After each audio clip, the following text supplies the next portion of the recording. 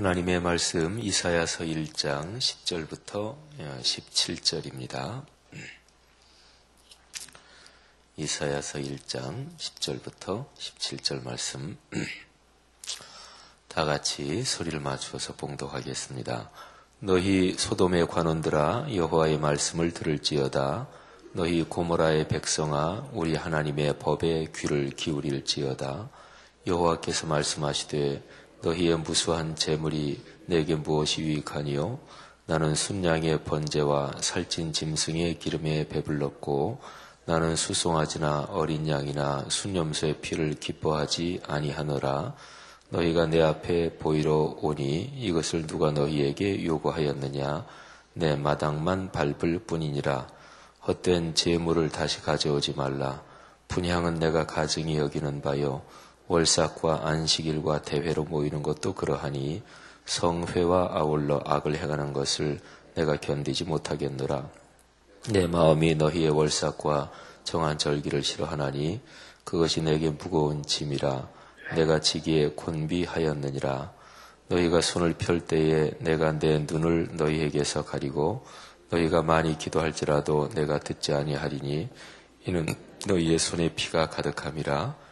너희는 스스로 씻으며 스스로 깨끗하게 하여 내 목전에서 너희 악한 행실을 버리며 행악을 그치고 선행을 배우며 정의를 구하며 학대받는 자를 도와주며 고아와 과부를 위하여 신원하며 과부를 위하여 변호하라 하셨느니라. 아멘. 잠깐 안내 말씀 먼저 드리면은요. 오늘 6시 반에 여기 성산홀에서 고 차정수 권사님 발인 예배가 있습니다. 그래서 이따가 6시에 새벽 예배 끝나면 이제 6시 한 10분 정도부터는 여기에 발인 예배 위해서 준비를 좀 할 거거든요. 그래서 기도 이렇게 하실 분들 저 옆에 소예배실 그쪽에 기도하도록 세팅해 놓을 테니까 그쪽으로 가서 더 기도하시다가 가시면 되겠습니다. 우리 영상실 그래요. 우리 양전사님 옆에 소예배실 거기도 음악도 좀 이렇게 틀어주고 성도님들 기도하실 수 있도록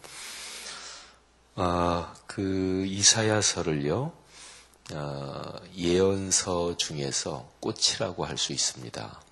또는 예언서 중에 예언서다 이렇게도 얘기할 수 있고요. 예언서의 정점이다 이렇게 얘기할 수 있는 참 중요한 책입니다. 근데 이사야서 제일 앞에 1장 여기를 보면 그 당시에 이스라엘 백성들이 어떤 점에서 신앙에 문제가 있었나 이거를 알 수 있고요. 그리고 그거를 잘 들으면서 뒤집으면 우리의 신앙이 어떠해야 복을 받을 수 있나 그거를 알 수 있습니다. 오늘 여기 읽은 말씀 10절에 보면 이스라엘 백성들이 얼마나 많이 신앙이 망가지고 그리고 신앙이 망가지면 삶이 망가지게 되어 있습니다. 그리고 하나님을 믿는 사람들의 삶이 망가지면 그 사람들이 사는 사회가 망가지게 되어 있습니다. 예수 믿지 않는 사람들이 인정하기 않겠지만 그런데 우리가 신앙적으로 정확하게 보면 그리스도인들이 제대로 예수를 믿으면 그 사회는 축복받습니다. 이거는 신앙적인 면으로 본다 제가 그렇게 표현했는데 그 면이 아니고 사회과학적인 그런 각도에서 봐도 그거는 정확합니다. 기독교 신앙을 제대로 믿는다 하는 얘기는 도덕윤리적으로 굉장히 차원 높은 삶을 살게 된다. 그거하고도 같습니다. 아주 쉽게 예를 들면 정직하고 진실하고 남에 대해서 온유하고 따뜻하고 그런 삶이 된다는 걸 말하거든요. 그러면 생각해 보세요. 모든 장사 또 모든 경제 활동에서 정직하고 진실하다. 그러면 속이지 않는 거잖아요. 그죠? 그리고 따뜻하고 온유하다. 그러면 어려운 사람에 대해서 도와주고 그러는 거잖아요. 그러면 그 두 가지만 하면 그 사회는 참 좋아지는 것입니다. 그렇게 되면 그 나라의 주식시장은 건강할 거예요. 주식시장은 기본적으로 사람 심리에 따라 영향을 받거든요. 그래서 주식 보면은 뭐 심리적 마지노선이 무너진다 뭐 이런 표현을 하잖아요. 근데 주식시장뿐이 아닙니다. 자본주의 시장 경제 자체가 믿느냐 믿지 못하느냐 신뢰라는 거에 토대를 두고 경제 시스템이 돌아가는 거예요. 가만히 보면 그렇습니다. 참 그 신앙하고 이게 연관이 되잖아요. 우리가 믿느냐 이거는 신앙적인 표현인데 자본주의 경제 시스템이 그렇습니다. 선진국은요. 뭐가 선진국이냐면 국가의 경찰력이 굉장히 강해서 조금만 뭐 하면 벌금 매기고 처벌하고 그래서 선진국이 되는 게 아니에요. 물론 어느 정도 후진국에서 이 선진국이 될 때는 그런 게 필요한데 사실은 더 나아가서는 전체 그 국민들의 마음속에 정신적인 가치가 높아져야 돼요. 그래서 옛날에 우리 김구 선생 그분이 나는 우리나라가 이런 나라가 됐으면 좋겠다. 그런 아주 유명한 글이 있지요. 근데 김구 선생이 거기에서 정신과 문화의 가치를 얘기합니다. 그러니까요, 어쨌든 기독교 신앙이 제대로 이게 깊어지면 그러면 사회가 참 아름다운 사회가 되고 또 부강한 사회도 되고 근데 부강해져서 옆에 나라 침략하고 그러는 부강한 거 말고요. 부강해져서 다른 나라 돕고 하는 그런 부강한 나라가 되는 거죠. 그래서 초대교회 교부 중에 한 분이 그런 얘기를 했습니다. 당신이 만일에 어떤 사회를 보는데 그 사회가 참 아름답다. 그 사회가 참 건강하다. 그런 사회를 보거든. 그 사회 안에 있는 그리스도인들이 신앙이 건강하구나. 이렇게 생각하면 된다. 또 반대로 어떤 사회가 문제가 많고 병들었다. 그러면 그 사회 안에 있는 그리스도인들이 병들었구나. 이렇게 보면 된다고 얘기를 했습니다. 여러분 오늘 여기에 이스라엘 백성들이 무지무지하게 망가졌는데 그래서 10절에 보면 하나님께서 그 이스라엘 사회의 관원들, 그러니까 지도자들을 소돔의 관원들 이렇게 부를 정도로 망가졌습니다. 또 그 사회의 백성들을 사람들을 너희 고모라의 백성아 이렇게 부를 정도로 망가졌습니다. 소돔과 고모라는 이스라엘 민족이 아니고 이방 민족으로서 너무나 극심하게 타락을 해서 그래서 하나님이 유황과 불비로 완전히 멸망시켜버린 그런 도시잖아요. 이스라엘 백성이 그 정도까지 망가졌다는 거죠. 그런데 어떻게 망가졌나? 11절부터 14절에 보면 거기에 나오는 모습은 예배의 모습을 얘기하는 거예요. 11절에 보면 무수한 제물 그랬죠. 이거는 하나님 앞에 제사 드리러 나올 때 제물을 가지고 나오거든요. 예배 드릴 때 예물을 가지고 나오는 그거를 얘기하는 거고요. 그 다음에 2절 내려와서 12절에 보면 너희가 내 앞에 보이러 온다. 하나님 앞에 보이러 온다. 이게 예배하러 나오는 거를 말하는 표현이거든요. 그 다음에 13절에 보면 또 거기도 헛된 제물 얘기가 나오지요. 분향, 이거 하나님 앞에 제사 드릴 때 하는 순서 중에 하나거든요.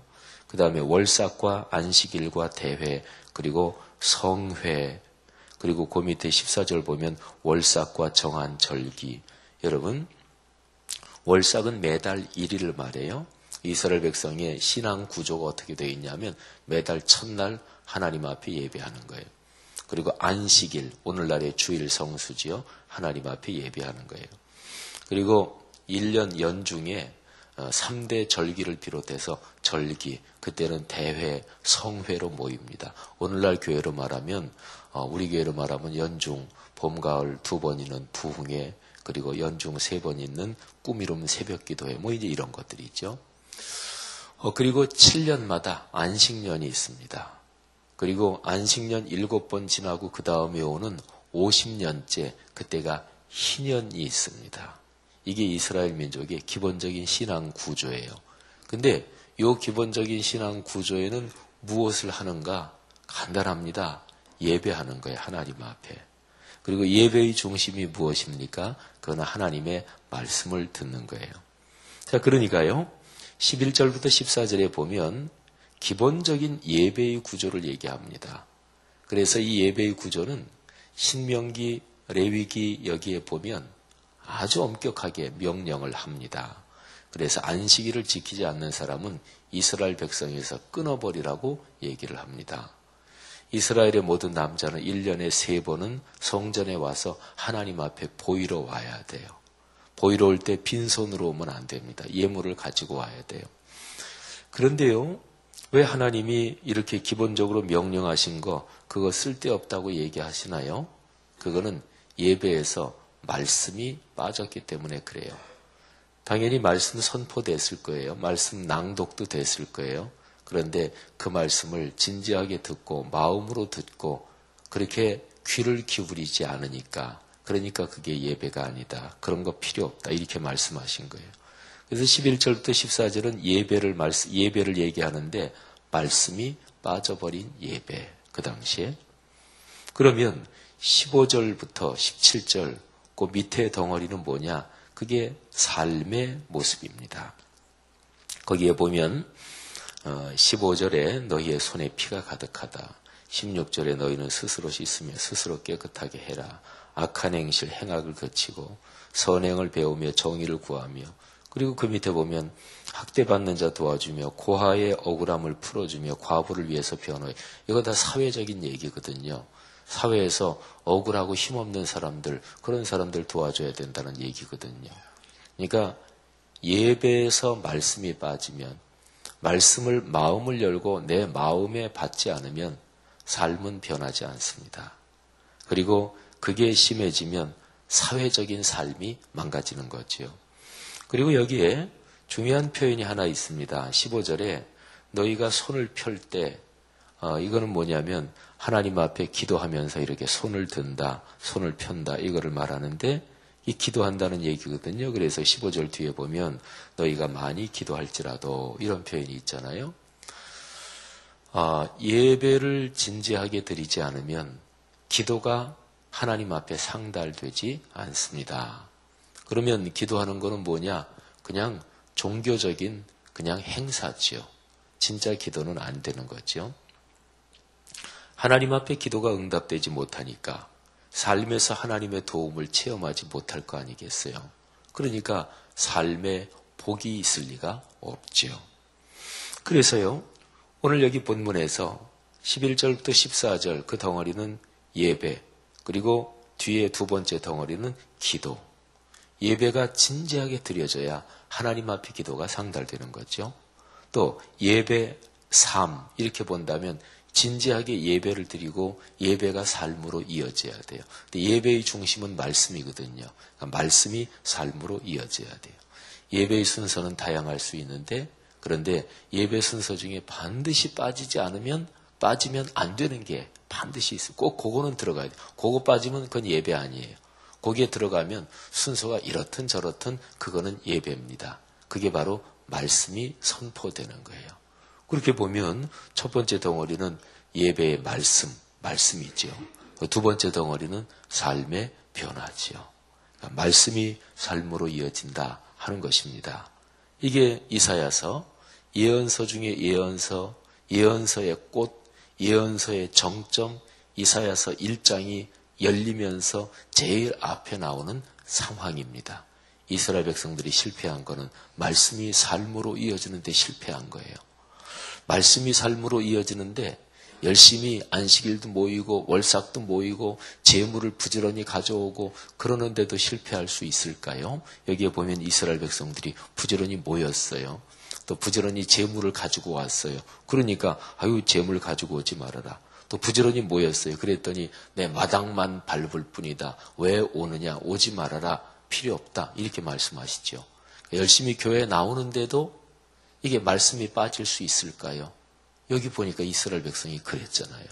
그리고 기독교 역사에서 그런 경우가 많았어요.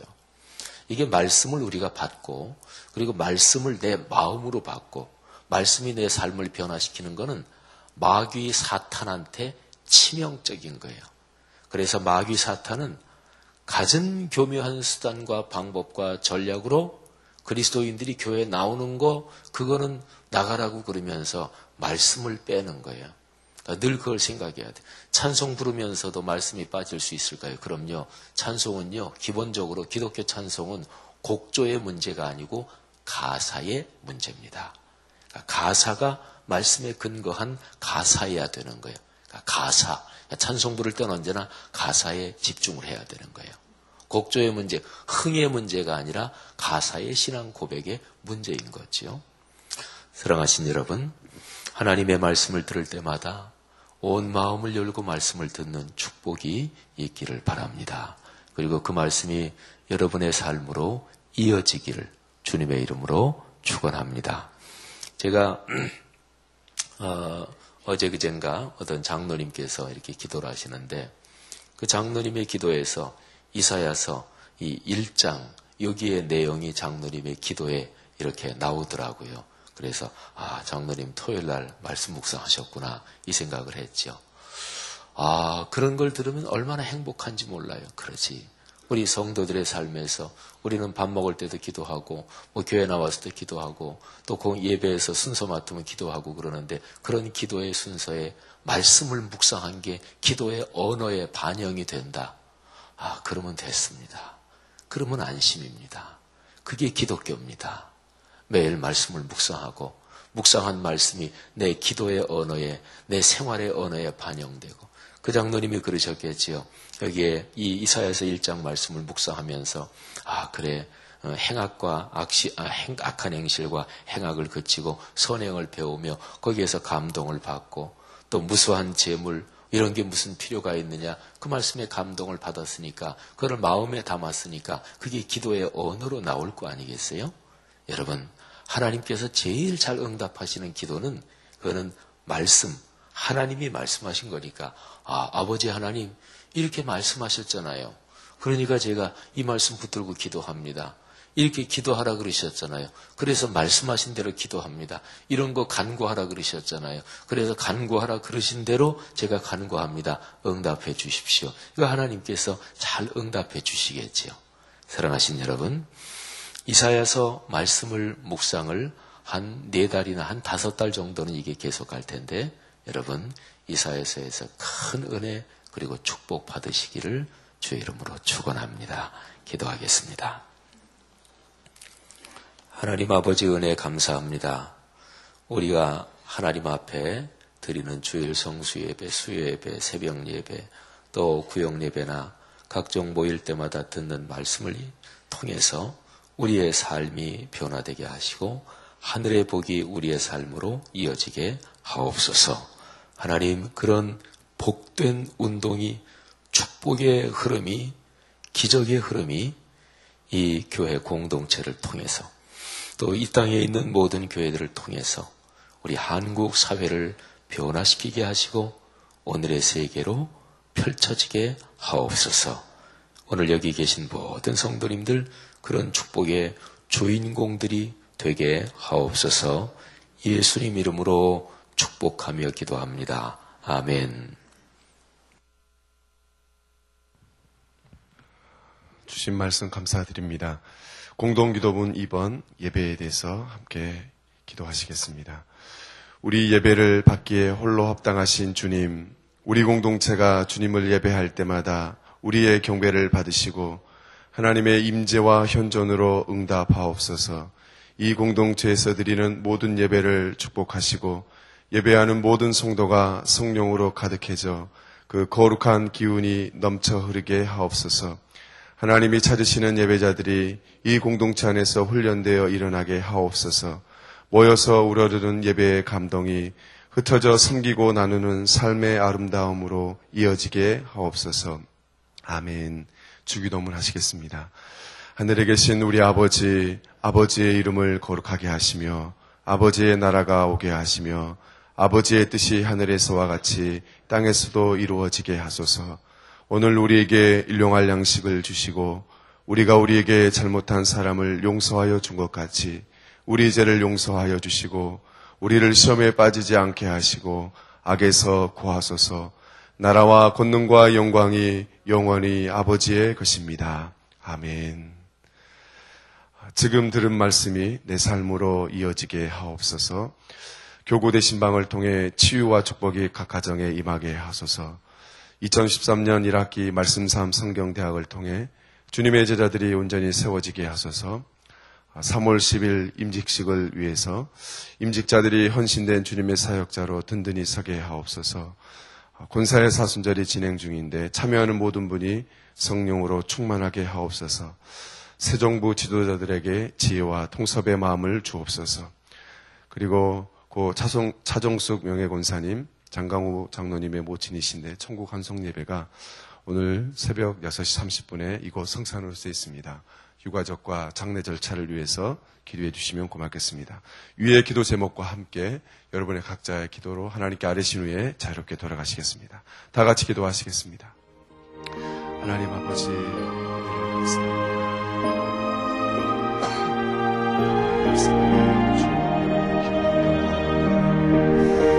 오늘 주신 말씀을 기억합니다.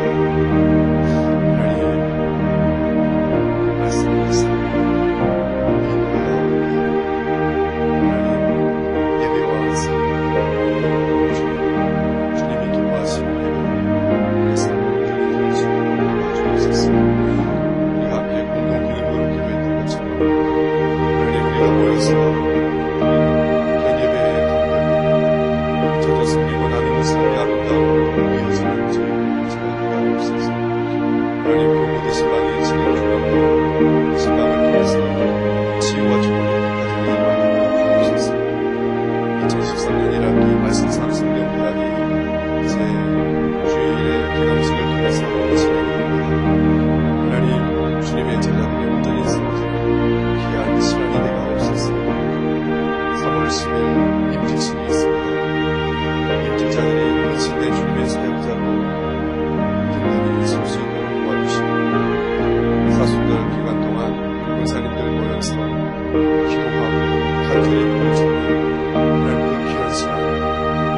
시간을 통해서 우리 귀한 권사님들